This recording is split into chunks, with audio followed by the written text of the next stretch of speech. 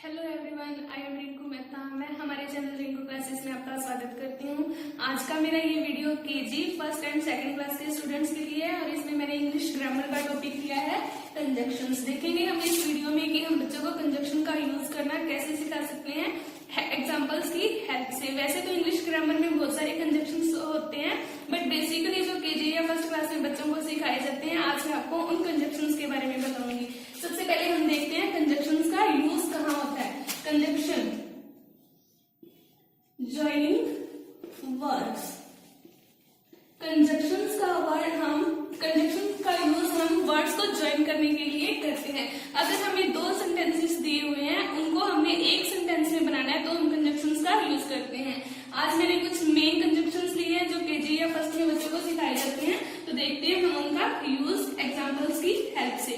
First है and, साथ में इनका हिंदी में मीनिंग बताऊंगी ताकि बच्चे आसानी से इसको समझ सके। एंड यानी कि और, इसका मीनिंग होता है हिंदी में और। सेकंड है बट,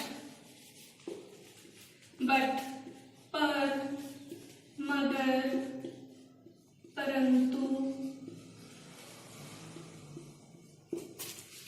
थर्ड है और, मीनिंग या,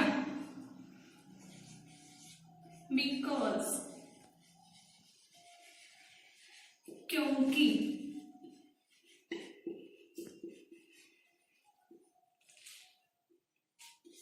सो, इसलिए।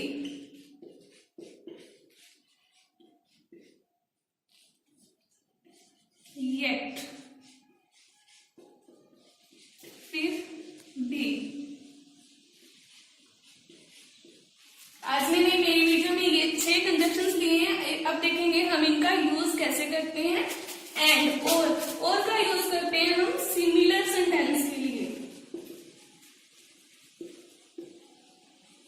सिमिलर सेंटेंसेस यानी कि हमें दो सेंटेंसेस एक जैसे दिए हुए हैं। जैसे एग्जाम्पल में मैं आपको समझाती हूँ। बॉल, बैट, एक जैसे दोनों, तो हम इनको क्या बोलेंगे? बॉल बैट बोलेंगे? नहीं, ball and bat, ball and bat. जैसे इसी का एंड का और एग्जांपल लेते हैं हम। Chips, chocolates. तो हम इनको कैसे लिखेंगे और कैसे बोलेंगे? Chips, chocolates? नहीं, तो हम इनको कैसे लिखेंगे? Chips and chocolates, chips and chocolates. इस तरह अगर हमें दो सिमिलर वर्ड या सिमिलर सेंटेंस दिए हुए हैं, उनको हमने जैसे सिमिलर सेंटेंस देखते हैं हम, जैसे इसी का ही लेते हैं। I have a bat, I have a ball. I have a bat, मेरे पास एक बैट है। And I have a ball, मेरे पास एक बॉल है। हमें ये दो सेंटेंस सिमिलर दिए हुए, यानी कि एक जैसे दिए हुए हैं, तो हम एंड का यूज करेंगे इसमें सेंटेंस को एक बनाने के लिए। तो हम इसको कैसे लिख सकते हैं? I have a bat and A ball, मेरे पास एक बैट और एक बॉल है। इस तरह हम एंड का यूज करते हैं सिमिलर सेंटेंसेस के लिए, यानी कि एक जैसे सेंटेंसेस के लिए। अब हम देखते हैं बट का यूज। बट का यूज हम करते हैं जब हमें अपोजिट सेंटेंसेस दिए होते हैं।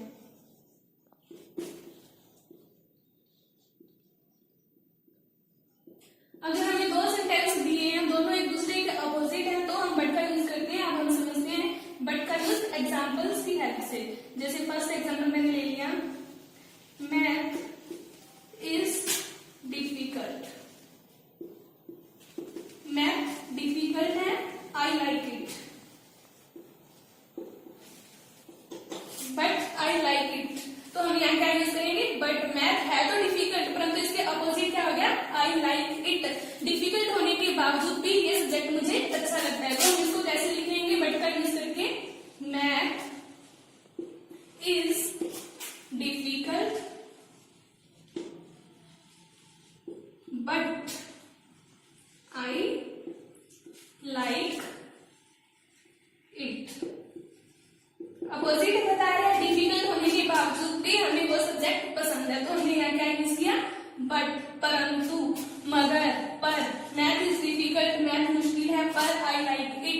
मुझे ये सब्जेक्ट अच्छा लगता है या मैं इस सब्जेक्ट को पसंद करता हूँ। तो अपोजिट वर्ड के लिए हम इसका यूज करते हैं बट का। इसी बट का यूज हम देखते हैं नेक्स्ट एग्जांपल में, जैसे रोहन इज फैट,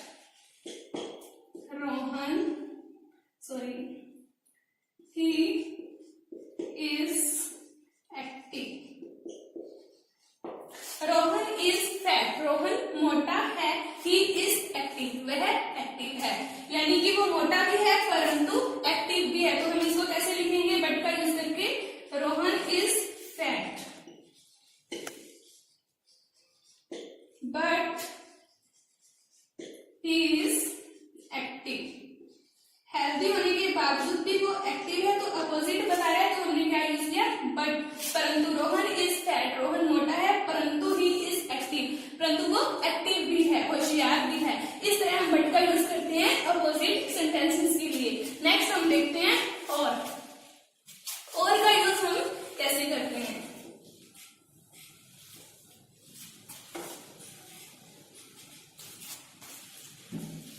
है हमारा कंजक्शन और यानी कि या, और का मतलब या, और इसका यूज हम काम करते हैं चॉइस के लिए।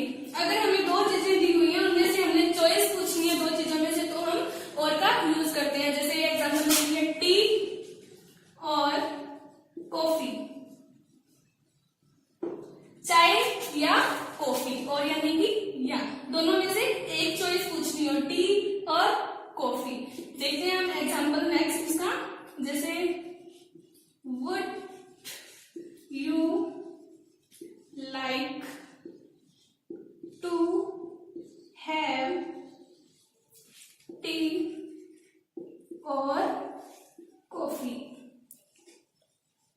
Would you like to have tea और कॉफी, और यानी कि या, आप चाय लेना पसंद करेंगे या कॉफी। तो इसमें हमने देखा या का यूज और का यूज। अगर हमें दो चीजें दी हुई हैं, उनमें से हमने चॉइस पूछनी हो तो हम यूज करते हैं और का। नेक्स्ट है हमारा जैसे फॉर बिकॉज, बिकॉज मतलब क्योंकि, बिकॉज का यूज हम करते हैं किसी रीजन के लिए। ये देखेंगे हम एग्जाम्पल में बिकॉज का यूज, जैसे आशा was happy, आशा खुश थी। क्यों खुश थी, रीजन पता करने के लिए हम देखते हैं आगे, because she won the race, क्योंकि वह रेस जीत चुकी थी, उसने रेस जीती थी। आशा वॉज हैप्पी, आशा खुश थी, बिकॉज, क्योंकि रीजन के लिए हमें रीजन पता चल रहा है, क्यों खुश थी वो, क्योंकि उसने रेस जीत ली थी। Asha was happy because she won the race, क्योंकि उसने रेस जीत ली थी। इस तरह हमें रीजन पता चल रहा है उसके खुश होने का, तो हम यूज करते हैं बिकॉज का। नेक्स्ट हम देखते हैं सो और येट का यूज।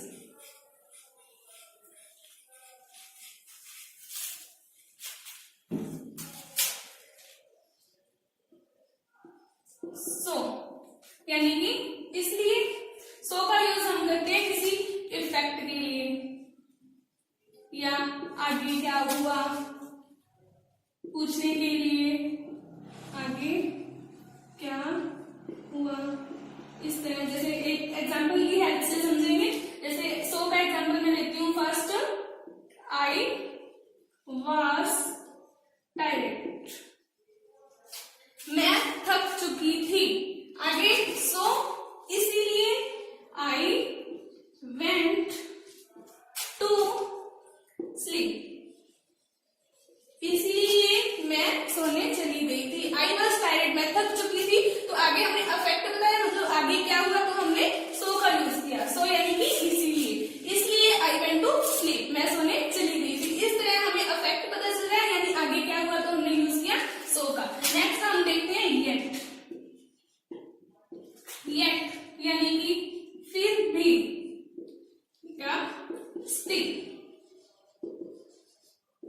इसका एग्जाम्पल देखते हैं, जैसे हम इट वॉज रेनिंग,